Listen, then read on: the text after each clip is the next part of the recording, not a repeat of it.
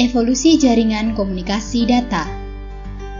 Dalam kehidupan sehari-hari, kita sudah sangat terbiasa menggunakan jaringan komunikasi data dalam bentuk internet. Informasi berupa teks, gambar, maupun video dari penjuru dunia dapat diperoleh dengan mudah. Komunikasi dan informasi adalah kunci utama di dunia modern yang serba digital. Video chatting dengan teman di lintas benua ataupun menonton video konser musik secara live di Eropa adalah hal yang sudah biasa. Namun, apa sebenarnya yang membuat semua itu bisa berjalan? Dari sisi sumber, server menyediakan konten yang kita inginkan.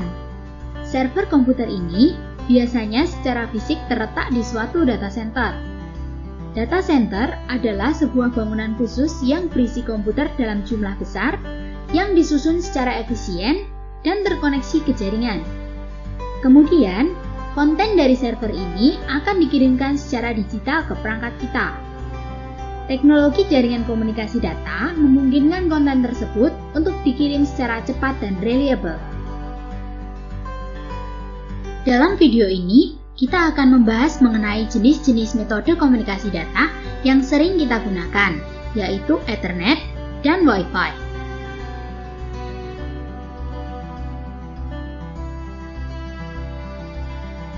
Ethernet merupakan teknologi sambungan LAN yang paling umum digunakan. Hampir setiap jaringan memanfaatkan metode ini.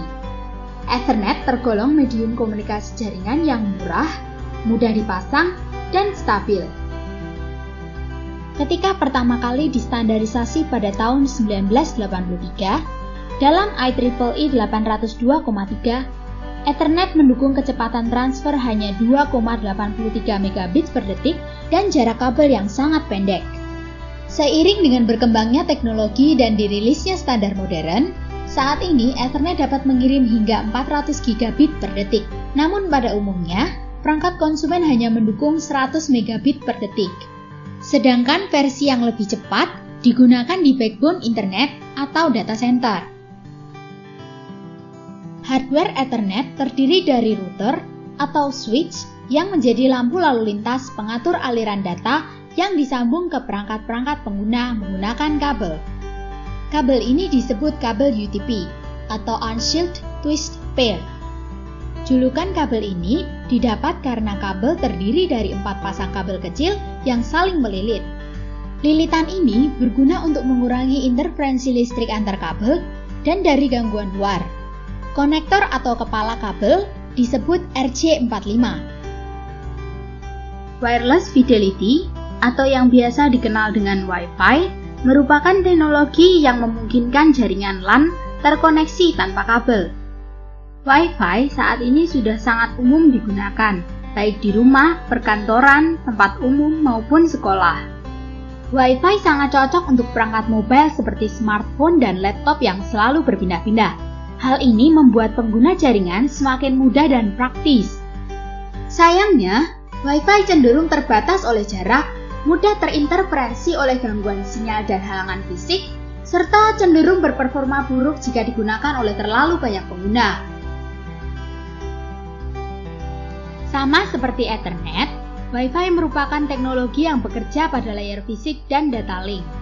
Dalam suatu jaringan LAN, Ethernet dan Wi-Fi dapat bekerja berdampingan atau menggantikan satu sama lain. Dengan kata lain, suatu perangkat yang terkoneksi via Wi-Fi dapat berkomunikasi dengan temannya yang terkoneksi via Ethernet. Untuk menggunakan Wi-Fi, kita butuh perangkat khusus, yaitu Wi-Fi Access Point. Setelah access point dipasang, maka perangkat yang mendukung Wi-Fi seperti laptop dan smartphone dapat membaca jaringan Wi-Fi tersebut. Jika kamu melakukan konfigurasi access point, pastikan kamu menggunakan protokol keamanan WPA2 PSK dan kata sandi yang kuat, sehingga jaringan tidak mudah diretas. Standar protokol Wi-Fi ditetapkan pada IEEE 802,11.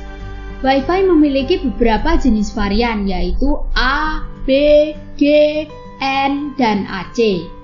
Tiap versi memiliki kecepatan maksimal dan jarak yang semakin meningkat. Saat ini, kebanyakan perangkat menggunakan standar versi G dan N. Umumnya, smartphone atau laptop keluaran baru sudah menggunakan versi N. Li-Fi alias Light Fidelity adalah terobosan teknologi yang memungkinkan data dikirim melalui cahaya. Ya, cahaya yang sama seperti yang dihasilkan oleh lampu, yang selanjutnya akan kita sebut cahaya tampak. Bayangkan, data mengalir dari lampu di atas kepalamu seperti air terjun.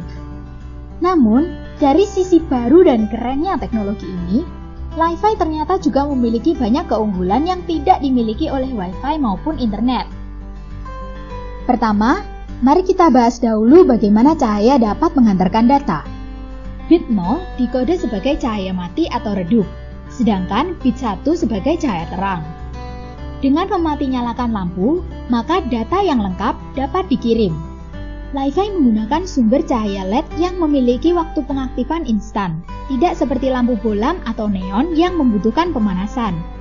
Namun, tenang saja, perubahan ini sangat cepat sekali sehingga tidak dapat diamati oleh mata manusia, sehingga praktis seperti lampu biasa bagi kita. Seperti yang kita ketahui, sinyal radio yang digunakan Wi-Fi bersifat menyebar ke segala arah. Di sisi lain, cahaya tampak dapat diarahkan dengan mudah ke posisi tertentu. Dengan begitu, privasi jaringan lebih terjaga. Tidak seperti sinyal Wi-Fi yang bisa menyebar hingga keluar gedung, cahaya tampak tidak bisa menembus tembok, sehingga sinyalnya tidak akan bocor keluar dan tidak bisa dicuri dengar oleh orang lain. Keuntungan lain dari sifat cahaya ini adalah lebih banyak data yang dapat dimanfaatkan pada sinyal Li-Fi. Faktanya, para peneliti di Oxford telah membuktikan bahwa metode Li-Fi dapat mengirim data hingga 224 gigabit per sekon. 224 kali lebih cepat daripada Google Fiber.